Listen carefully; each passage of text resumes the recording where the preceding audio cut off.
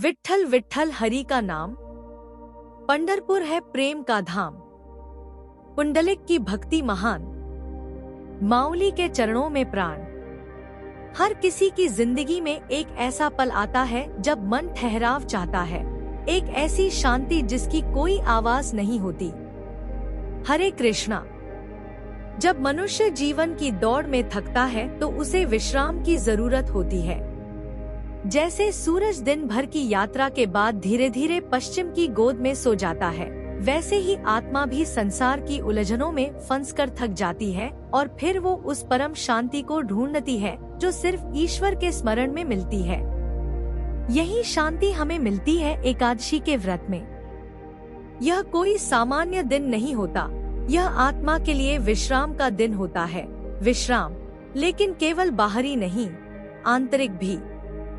जब सब कुछ शोर बन जाए तो एकादशी की भक्ति एक मौन संगीत की तरह आत्मा को सुकून देती है। कहते हैं भूख दो तरह की होती है, एक शरीर की और दूसरी आत्मा की, और एकादशी का दिन आत्मा की भूख को तृप्त करने का अवसर है। यह दिन उपवास का प्रतीक नहीं, बल्कि आत्मा की प्यासी जुबान को हरि नाम का अमृत चखाने का दिन है। जब हम बाहर के स्वाद को त्याग कर भीतर के रस का अनुभव करते हैं, इस दिन भोजन की जगह भक्ति का प्रसाद ग्रहण किया जाता है और पानी की जगह श्रद्धा के आंसू आंखों से बहते हैं। एकादशी वह आईना है जिसमें हम अपने भीतर झांक सकते हैं, खुद से मिलने का सबसे पवित्र समय। हर त्याग कोई कष्ट नहीं होता, कुछ त्याग तो सच्चे मिलन की शुरुआत होते हैं। एकादशी का अर्थ केवल भोजन न करना नहीं है, बल्कि यह वासनाओं और मोहमाया से अपने मन को रोकने की साधना है। यह दिन है आत्मसंयम, अनुशासन और समर्पण का।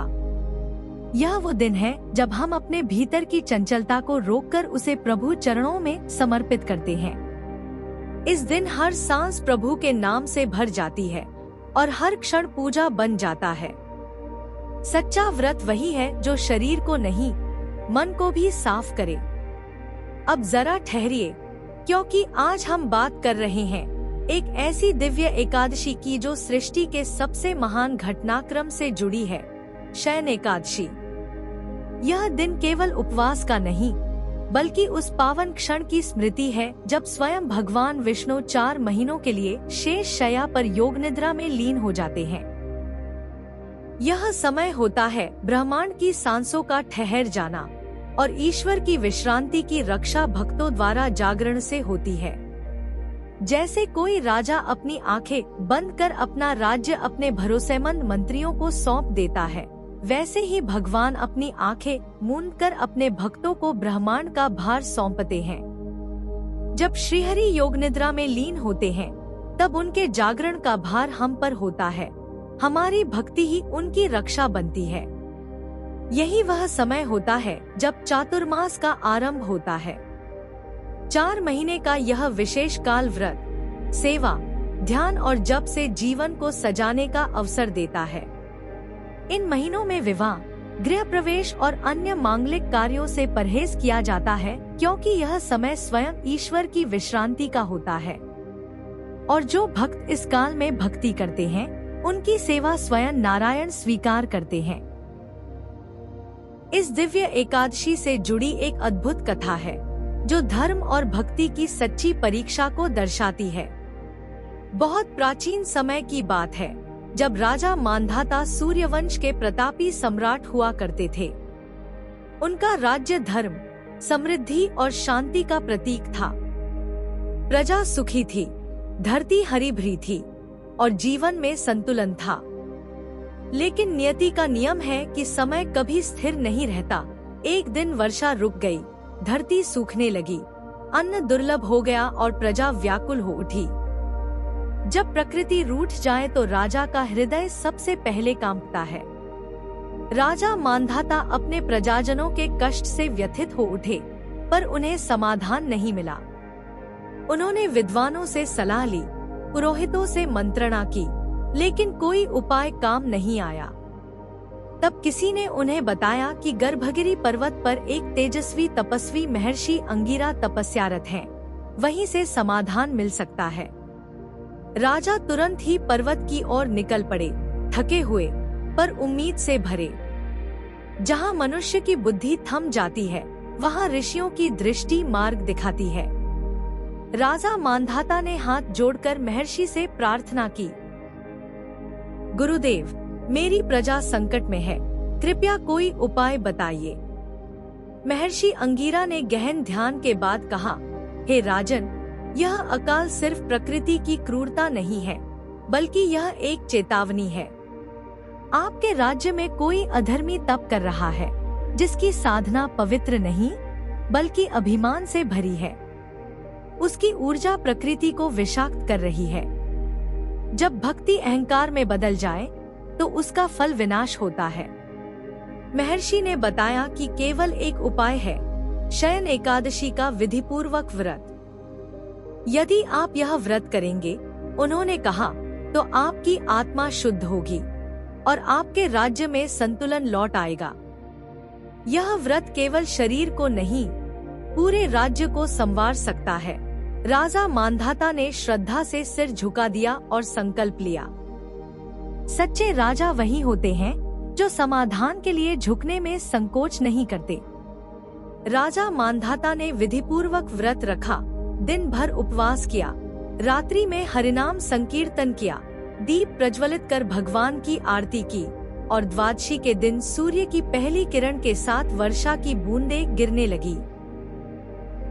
सूखी धरती ने मुस्कुराकर स्वागत किया, नदियों ने कलकल ध्वनि की, खेतों ने हरियाली की चादर ओढ़ ली और प्रजा आनंद से झूम उठी। एक व्रत, एक जागरण और एक राजा की भक्ति ने पूरी प्रकृति को हरा भरा कर दिया। जहाँ संकल्प सच्चा हो, वहाँ भगवान स्वयं कृपा करते हैं। अब जरा पंढरपुर की ओर दृष्टि करें, जहाँ हर साल लाखों भक्त विट्ठल भगवान की शयन एकादशी पर विशेष पूजा करते हैं। श्री विट्ठल, जो भगवान विष्णु के अवतार माने जाते हैं, पंढरपुर में अपने भक्त पुंडलिक की भक्ति से प्रसन्न होकर खड़े हुए थे और तब से वहीं विराजमान है। शयन एकादशी पर यहाँ लाखों वारिक्रियां यानी पैदल चलने वाले भक्त अपने प्रेम और श्रद्धा के साथ दर्शन के लिए आते हैं। यह केवल यात्रा नहीं, आत्मा का विट्ठल से मिलन होता है। पंढरपुर की शयन एकादशी विट्ठल और भक्तों के प्रेम का सबसे सुंदर उत्सव है।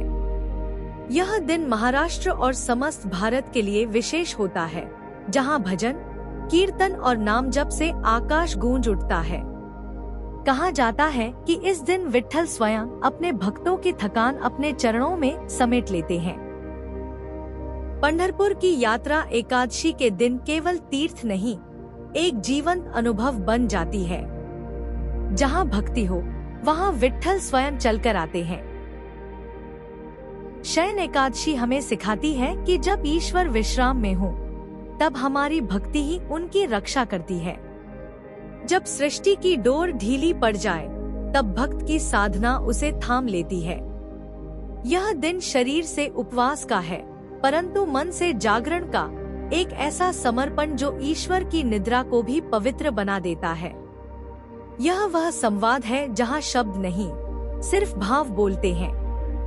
आइए हम सब भी इस पवित्र दिन को केवल रीति रिवाज नहीं, बल्कि सच्चे भाव से मनाएं। शरीर से ही नहीं, मन से भी व्रत करें। सिर्फ भोजन ही नहीं, अपने क्रोध, मोह और वासनाओं से भी उपवास करें। जब भगवान निद्रा से जागे, तो उन्हें ऐसा भक्त मिले जो प्रेम, भक्ति और सत्य में डूबा हो।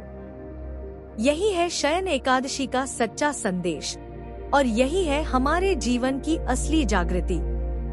जय हरि विट्ठल।